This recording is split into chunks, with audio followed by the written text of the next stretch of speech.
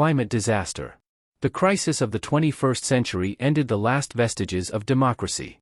Once heralded as the end of history, the neoliberal economic consensus frayed, broke, and shattered across the cold reality of the new ecological dictates which arose in the face of climate change.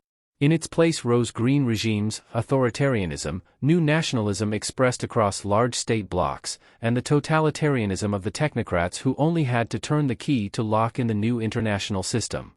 Once a force for dynamic revolutionary change, capitalism fell to a system of transnational monopoly. The planet was trying to remove the malignant infection of industrial civilization. The current temperatures reached levels not recorded, and the carbon dioxide increased at a rate not seen since the Paleocene-Eocene thermal maximum. Venus, if panpsychism were correct, would have rolled its eyes. But, like a boiling frog, humanity didn't seem to notice, ever on the hamster wheel for their masters and gods. The masses, the everyman, the person of averageness, cried for a savior and only got a con man. The rains never came softly anymore. Instead, the roiling clouds of thunder brought floods. Eventually, most Americans migrated north, leaving behind fetid plague-infested swamps and vast tendrils of desolate desert. Canada was overrun, and the synthesis of the two cultures resulted in the North American states. The Amazon was reduced to waste. South Americans fled to Patagonia and then to the western Antarctic. Boat people flooded all major seas. They landed in Greenland. Africa crowded in the Sahel. Only the Deccan remained of the entire nation of India. Australia managed an orderly transition. Russia and China merged their populations into Eurasia, with minimal disruption to those kleptocratic and authoritarian states there. None of these governments retained a shred of civil rights, openness, or commitments to diversity. As billions flooded north, Europe founded the Nordic Union, bent on preventing the northern European states from being flooded by refugees. Many governments resorted to mass executions, militarized borders, and refugee camps better likened to death camps.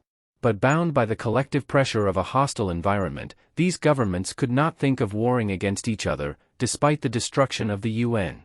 The 2100s were a time of change and upheaval, with these massive population shifts. Large stretches of the planet become uninhabitable to humans.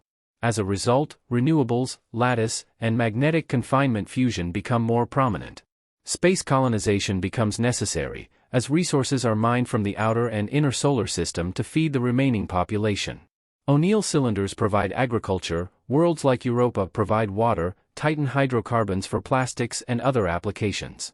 Finally, Europa is settled, with Crystal City established along the hydrothermal vents on the abyssal plains of the Jovian moon. It is the largest city in human history. Arsenals have been repurposed into nuclear pulse propulsion projects like Orion to avoid nuclear annihilation.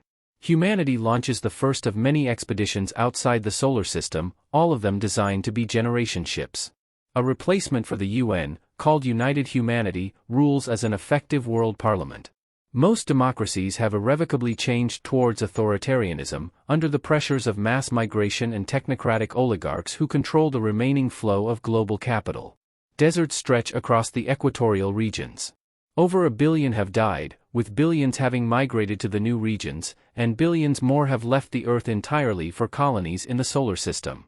The rest have crowded into megacities. Scrubbers cleaned the air, reclaimed carbon, sealed it into rocks, and shot up to space elevators for transport to Mars. Garbage was cleaned and fired off-planet from several locations. GMO trees dominate the green space as they grow at unnatural rates, reforesting and terraforming the fetid wastes. The new cities brim with agriculture. Oceanic tunnels and colonies stretch in the depths as superhighways connect every continent. Asteroids are mined, the result shipped to Martian and orbital factories, and Terran capital flows outward with the waves of immigrants. Finally, the first scientists move into the clouds of Venus, floating freely above the Hell's Cape.